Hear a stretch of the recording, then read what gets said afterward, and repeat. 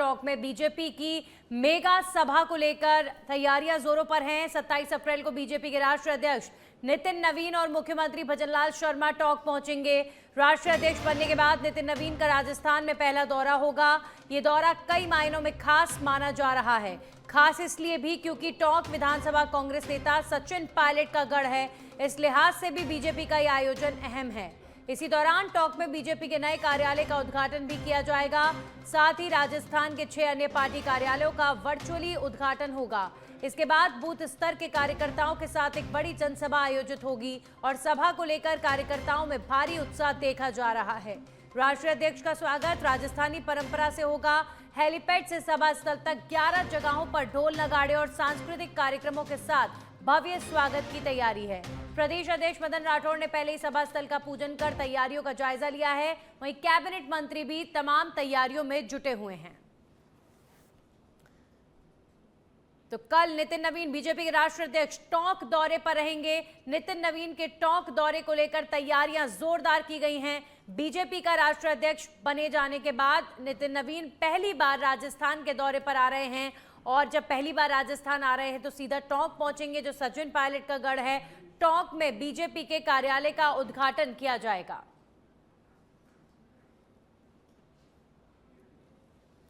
Talk Sawai Madhopur सांसद हरीश चंद्र मीणा एक दिवसीय दौरे पर टॉक पहुंचे, जहां पर उन्होंने निवाई में एक शोकाकुल परिवार से मुलाकात कर संवेदना व्यक्त की। इसके बाद उन्होंने हाउसिंग बोर्ड निवासी मनीष जैन से भी मुलाकात की, जिन्हें उन्होंने पूर्व में केंद्र सरकार से 3 लाख रुपए की आर्थिक सहायता दिलाने का दावा किया था। सांसद मीणा ने कहा कि यदि किसी भी व्यक्ति को गंभीर बीमारी या समस्या हो तो वे उनसे संपर्क करें, हर संभव मदद की जाएगी। उन्होंने क्षेत्र में गर्मी के चलते बिजली और पानी की समस्याओं पर चिंता जताते हुए प्रशासन से राहत देने की मांग की है। वहीं महिला आरक्षण बिल को लेकर उन्होंने बीजेपी पर आरोप लगाते हुए कहा कि राजनीतिक स्वार्थ के चलते इसे ठीक से लागू नहीं किया जा रहा है। मेरे किडनी की प्रॉब्लम थी, इन्होंने मेरे 3 लाख रुपए की आर्थिक सहायता करी। मैं काफ़ी समय से इसके लिए इलाज करने की सोच रहा था, लेकिन मेरे पास पैसे की व्यवस्था नहीं थी, तो इन्होंने मेरे सहायता करी 3 लाख रुपए की। कैसा आज हरीश मीणा घर पे आए, कैसा लग रहा है? बहुत अच्छा लगा सर, ये मेरा सौभाग्य है कि वो मेरे घर पे पहुंचे। इसके लिए मैं बहुत बहुत धन्यवाद देना चाहता हूँ उनको। क्या चर्चा रही आज आपसे? चर्चा यही रही, मेरे हाल चाल और पूछने आए, तबियत पानी पूछने आए, कैसा है कैसा नहीं है, और कोई व्यवस्था की जरूरत हो तो बताए मेरे को। ये इस तरह के आश्वासन देगी वो गए मेरे। देखो, अच्छा लगता है किसी आदमी को उसका हक मिले। ये नियम है, प्रधानमंत्री जी के कार्यालय में ऐसा कोष है, फंड है उनका, जो मरीजों के, जो गंभीर मरीज होते हैं उनके लिए दिया जाता है, तो लोग पहुंच ही नहीं पाते हैं वहाँ। इन्होंने मुझे इनकी बात बताई, मैंने आदरणीय प्रधानमंत्री जी के वहाँ कार्यालय में संपर्क करके उनसे आग्रह किया और उन्होंने इसको सहायता दी। इसके लिए मैं धौलपुर से खबर है, जहां पर पार्वती नदी में बड़ा हादसा हो गया है। नदी में नहाते समय आधा दर्जन से अधिक बच्चे डूबे। 3 बच्चों की मौत की पुष्टि हुई है। ग्रामीणों ने कुछ बच्चों को रेस्क्यू कर बचाया। 3 बच्चे गहरे पानी में जाने की वजह से डूब गए। मनिया थाना पुलिस मौके पर पहुंची है। ग्रामीणों की मदद से रेस्क्यू अभियान चलाया गया है और तीनों के शवों को अस्पताल की मोर्चरी में रखवा दिया गया है। धौलपुर में पार्वती नदी में डूबने से 3 बच्चों की मृत्यु। गहरे पानी में डूबने की वजह से तीनों की मौत हुई है। आधा दर्जन से ज्यादा बच्चे डूब गए थे, जिन्हें ग्रामीणों ने बचा लिया। कई बच्चों को रेस्क्यू कर बचाया गया, लेकिन 3 बच्चों की मृत्यु की पुष्टि हो गई है और ये खबर बेहद चिंताजनक है। जैसे जैसे गर्मियां बढ़ेंगी, बच्चे और कई लोग नदियों में नहाने के लिए जाते हैं, जो कई बार बहुत बड़ा खतरा बन जाता है। हर साल इस तरीके की जो घटनाएं हैं वो सामने आती हैं, जब नदी में डूबने की वजह से किसी की मृत्यु हो जाती है।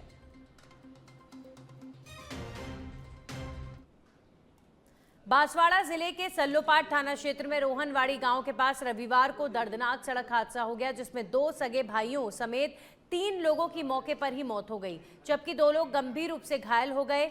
जानकारी के अनुसार 2 बाइकों के आमने सामने जोरदार भिड़ंत हुई, जिससे यह हादसा हुआ है। हादसे में रंगलाल पुत्र मजूड़ा, नानू पुत्र जेबा और लक्ष्मण पुत्र गेबा की मौत हुई है। इनमें से 2 मृतक आपस में सगे भाई थे, जो भंडारा क्षेत्र के निवासी बताए जा रहे हैं, जबकि एक मृतक अमरिया पाड़ा का रहने वाला था। तीनों के शवों को मोर्चरी में रखवा दिया गया है और परिजनों की मौजूदगी में पोस्टमार्टम की कार्रवाई की जा रही है। वहीं हादसे में घायल पिता पुत्र जयेश और तमाम जो अन्य लोगों के पिता हैं वो भी इस समय बहुत चिंतित हैं, क्योंकि 3 लोगों की इस सड़क हादसे में मृत्यु की वजह से कहीं ना कहीं सड़क हादसों को लेकर प्रश्न खड़े हो रहे हैं कि आखिर लापरवाही की वजह से वाहन चलाए जाते हैं, जिसकी वजह से ये हादसे लगातार बढ़ रहे हैं।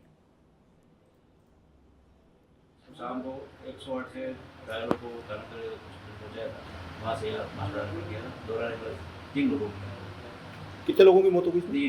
3 लोगों की मौत हो गई है। और घायल कितने थे उसे? 2 घायल। अच्छा, दोनों को कहाँ पे यहीं पर इलाज जारी है या फिर? और ये 2 मोटरसाइकिल वाले जा रहे थे, भंडारा से होनवाड़ी तरफ जा रहे थे, और 3 लोग आ रहे थे शेरगंज की तरफ से काम कर रहा था। टोटल 3 की डेथ है। टोटल 3 की डेथ। फिर जिन्होंने कोई मुकदमा वगैरह दर्ज करवाया सर इसमें? मुकदमा में कार्रवाई जारी। फलोदी जिले के भड़ला स्थित सोलर हब क्षेत्र में पुलिस ने अवैध हथियार बनाने की फैक्ट्री का भांडाफोड़ किया है। पुलिस अधीक्षक सतनाम सिंह के निर्देशन में बाप थाना पुलिस और जिला स्पेशल टीम की संयुक्त कार्रवाई में ये बड़ी सफलता मिली है। छापेमारी के दौरान आरोपी मौला बख्श के घर के पीछे बने छपरे में चल रही फैक्ट्री से 5 टोपीदार बंदूकें और एक देसी कट्टा, अर्धनिर्मित हथियार और भारी मात्रा में हथियार बनाने के औजार और कल पुर्जे बरामद किए गए हैं। कार्रवाई के दौरान आरोपी मौला बख्श मौके से फरार हो गया। पुलिस ने आर्म्स एक्ट में मामला दर्ज कर उसकी तलाश शुरू कर दी है। वहीं सप्लाई नेटवर्क की जांच की जा रही है। पुलिस स्पेशल टीम व बाप पुलिस द्वारा संयुक्त कार्रवाई करते हुए बाप के बडला में अवैध हथियारों की फैक्ट्री का भांडाफोड़ किया है। जिला पुलिस अधीक्षक सतनाम सिंह के निर्देशन पर की गई कार्रवाई में आरोपी मौला बख्श के घर 5 टोपीदार बंदूक और एक देसी कट्टा व हथियार बनाने की औजार व कल पुंजरे पुलिस ने बरामद किए हैं। अब देखना यह होगा कि पुलिस इसके आगे क्या कार्रवाई करती है, क्या और भी कोई इनमें जुड़े हुए हैं उनको पकड़ती है या क्या होता है, अब ये जिला पुलिस ही बताएगी। फलोदी से सचमुच धड़े के लिए दीपक व्यास की रिपोर्ट। रामगढ़ कस्बे में इन दिनों मोबाइल चोर गिरोह काफी सक्रिय है। बुधवार देर शाम अलग अलग स्थानों पर मोबाइल छीनने की 3 घटनाएं सामने आने से क्षेत्र में दहशत का माहौल बन गया। पहली घटना गोविंदगढ़ मोड़ पर हुई, जहां पर अलावड़ा निवासी राहुल एक दुकान से मजदूरी कर अपने गांव लौट रहा था और इसी दौरान जब वो वाहन का इंतजार करते हुए दुकान के बाहर टेबल पर बैठा, तभी बाइक पर आए 2 युवकों ने अचानक उसका मोबाइल झपट लिया और फरार हो गए। राहुल के शोर मचाने के बावजूद बदमाश मौके से भाग निकले। फिर कुछ ही देर बाद होली मोहल्ले में भी संजय सैनी का मोबाइल इसी तरह छीना गया। तीसरी वारदात अलवर दिल्ली हाईवे पर नरसिंह मंदिर के पास हुई, जहां चौकी निवासी आदिल से भी मोबाइल छीन लिया गया। पुलिस ने घटनाओं के बाद कस्बे के सीसीटीवी फुटेज खंगाले, जिसमें गोविंदगढ़ मोड़ की घटना स्पष्ट रूप से कैद हो गई है। पुलिस ने फुटेज के आधार पर आरोपियों की तलाशी तेज कर दी है। स्थानीय लोगों ने प्रशासन से जल्द कैमरे चालू करवाने और गश्त बढ़ाने की मांग की है, ताकि बढ़ती वारदातों पर अंकुश लगाया जा सके। मेरा मोबाइल गोविंदगढ़ मोड़ पर हूँ, मैं काम पर से जा रहा हूँ 8 बजे, और 2 आया मोटरसाइकिल से, मोबाइल लेकर छिना के मैं खूब भागा उनके पीछे। अब रामगढ़ कैसे आए हो? रामगढ़ रिपोर्ट करवाई। अब खबर जयपुर ग्रामीण से। ऑपरेशन एंटी वेनम अभियान के तहत दूदू पुलिस ने मादक पदार्थ तस्करी के खिलाफ बड़ी कार्रवाई करते हुए 1620 ग्राम अवैध अफीम बरामद कर 2 तस्करों को गिरफ्तार किया है। पुलिस के अनुसार 24 अप्रैल 2026 को मुखबिर की सूचना पर थाना फुलेरा पुलिस टीम ने इलाके में गश्त के दौरान 2 संदिग्ध युवकों को पैदल जाते हुए देखा। पुलिस को देखकर दोनों संदिग्ध वापस जाने लगे, जिस पर पुलिस ने घेराबंदी कर उन्हें पकड़ लिया। तलाशी के दौरान आरोपियों के कब्जे से एक आरोपी के पास से 883 ग्राम गीला अफीम और दूसरे आरोपी के पास से 737 ग्राम अफीम बरामद किया गया। कुल 1620 ग्राम अवैध अफीम जब्त कर दोनों आरोपियों को गिरफ्तार किया गया। पुलिस ने आरोपियों के खिलाफ एनडीपीएस एक्ट की धारा के तहत मामला दर्ज कर लिया है। मामले में अवैध मादक पदार्थ की खरीद फरोख्त से जुड़े नेटवर्क के संबंध में गहन जांच जारी है।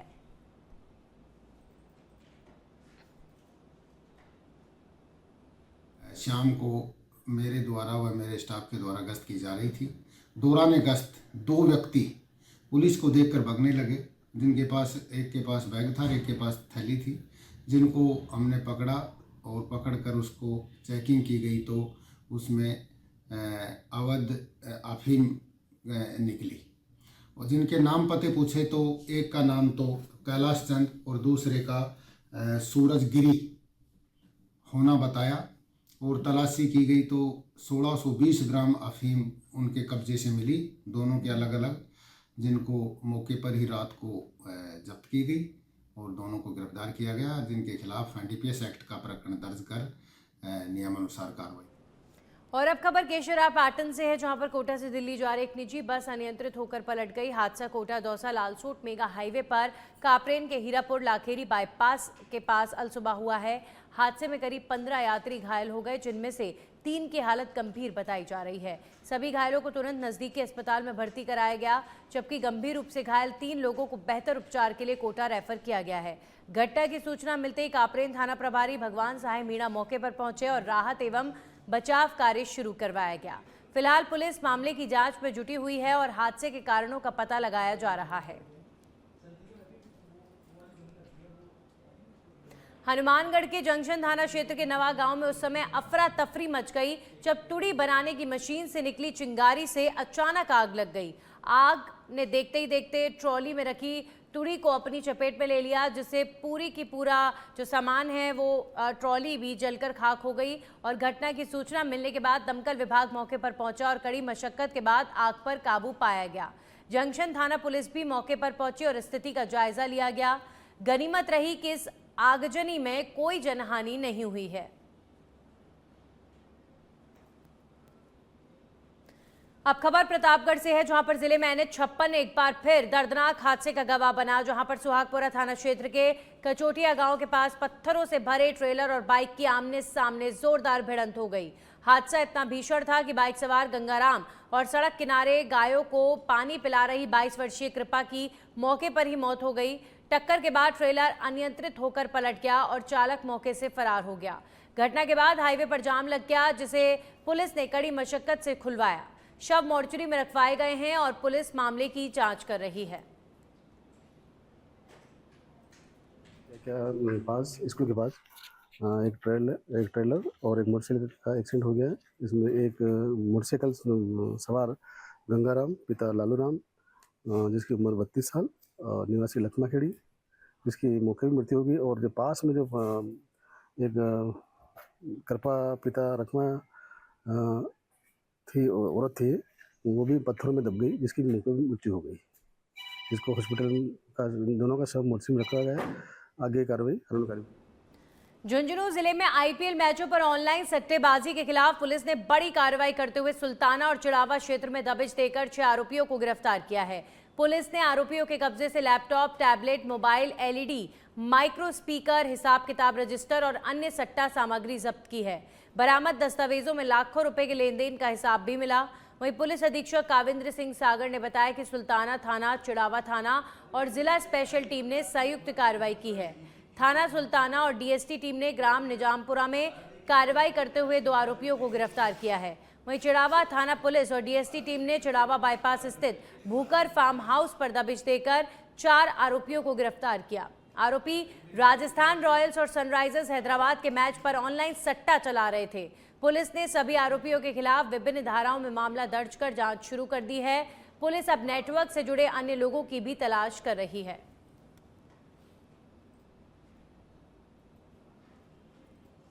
भरतपुर के बयाना क्षेत्र में उचित मूल्य की दुकान पर अनाज वितरण में गंभीर अनियमितता का मामला सामने आया है, जिससे हड़कंप मच गया। खाद्य सुरक्षा योजना के तहत एक कार्ड धारक को इस माह 52 किलो 400 ग्राम गेहूं आवंटित किया गया था, लेकिन शक होने पर जब उसी गेहूं को अलग अलग स्थानों पर तौला गया तो उसका वजन मात्र 51 किलो 400 ग्राम पाया। पीड़ित ने तेल मिल और अन्य व्यापारियों के कांटों पर भी तौल करवाई, जहां भी कम वजन सामने आया। आरोप है कि डीलर द्वारा हर कार्ड धारक को कम अनाज देकर हेराफेरी की जा रही है। मामले की शिकायत SDM बयाना समेत उच्च अधिकारियों से कर जांच और सख्त कार्रवाई की मांग की जा रही है।